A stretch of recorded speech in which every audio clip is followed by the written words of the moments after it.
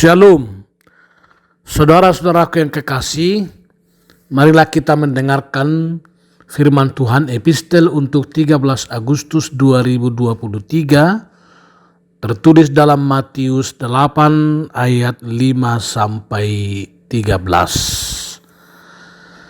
Ketika Yesus masuk ke Kapernaum, datanglah seorang perwira mendapatkan dia dan memohon kepadanya, "Tuan, hambaku terbaring di rumah karena sakit lumpuh, dan ia sangat menderita." Yesus berkata kepadanya, "Aku akan datang menyembuhkannya." Tetapi perwira itu menjawab kepadanya, "Tuan, aku tidak layak menerima Tuan di dalam rumahku. Katakan saja sepatah kata, maka hambaku itu akan sembuh. Sebab aku sendiri seorang bawahan, dan di bawahku ada pula prajurit. Jika aku berkata kepada salah seorang prajurit itu, 'Pergi,' maka ia pergi. Dan kepada seorang lagi, 'Datang,' maka ia datang. Ataupun kepada hambaku, 'Kerjakanlah ini,' maka ia mengerjakannya." Setelah Yesus mendengar hal itu, heranlah ia dan berkata kepada mereka yang mengikutinya, "Aku berkata kepadamu, sesungguhnya iman sebesar ini tidak pernah aku jumpai pada seorang pun di antara orang Israel. Aku berkata kepadamu, banyak orang datang dari timur dan barat dan duduk makan bersama-sama dengan Abraham, Ishak dan Yakub di dalam kerajaan surga. Sedangkan anak-anak kerajaan itu akan dicampakkan ke dalam kegelapan yang paling gelap. Di sanalah akan terdapat ratap dan kertak gigi." Lalu Yesus berkata kepada perwira itu, "Pulanglah, dan jadilah kepadamu seperti yang engkau percaya." Maka pada saat itu juga sembuhlah hambanya. Demikianlah firman Tuhan. Pejabat yang kredibel menjadi berkat. Saudaraku yang kekasih, kredibel berarti dapat dipercaya. Jabatan atau pangkat yang disandang seseorang dimaknai dan dilakoni sebagai amanat ilahi yang harus diemban. Perkataannya dapat dipegang. Tindakannya membesarkan hati dan membawa kemaslahatan umat. Perangannya sehari-hari patut menjadi teladan. Dia menjadi orang yang kredibel, dapat dipercaya, bahkan menjadi orang kepercayaan.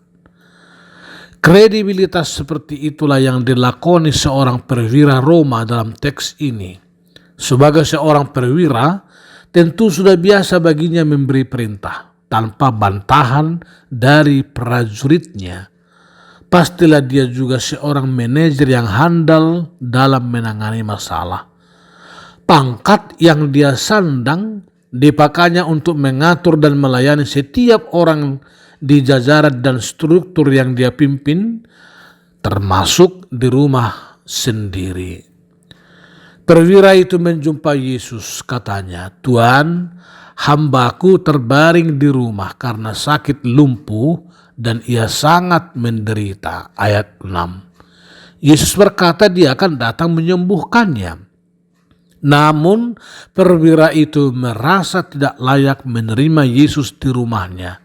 Dia memohon agar Yesus berkata sepatah kata saja, maka hambanya itu akan sembuh, laksana seorang perwira memerintah prajurit. Ayat 9. Yesus pun berkata, "Pulanglah, dan jadilah kepadamu seperti yang engkau percaya." Saat itu juga sembuhlah hamba perwira itu. Sebagai majikan dia telah menjadi berkat bagi hambanya. Pangkat dan jabatannya tidak menjadi alasan untuk abai akan hambanya. Dia sadar tanpa sokongan seorang hamba, kebesaran dan kehebatannya mungkin saja tidak akan tercapai. Demikianlah seruan firman ini kepada kita semua agar menjadi berkat di dalam Tuhan. Saudaraku, apakah pesan teologisnya bagi kita kini?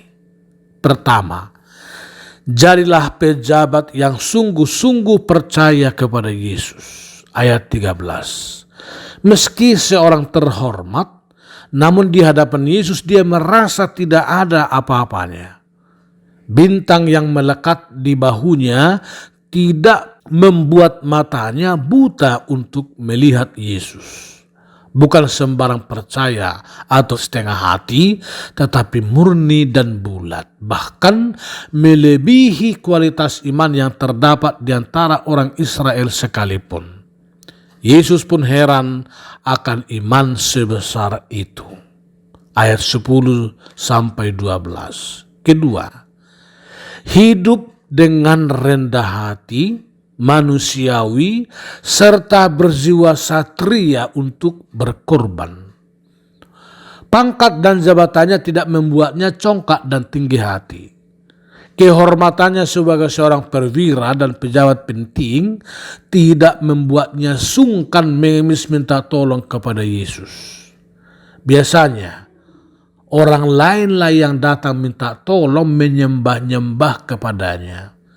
Tetapi di hadapan Yesus dia hadir sebagai pengemis tanpa rasa malu dan tanpa kehilangan muka. Apalagi yang diminta itu adalah untuk hambanya yang sedang sakit lumpuh.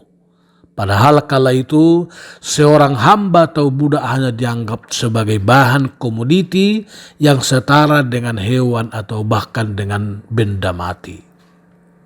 Saudaraku yang kekasih, kehadiran perwira itu telah menjadi berkat bagi hambanya.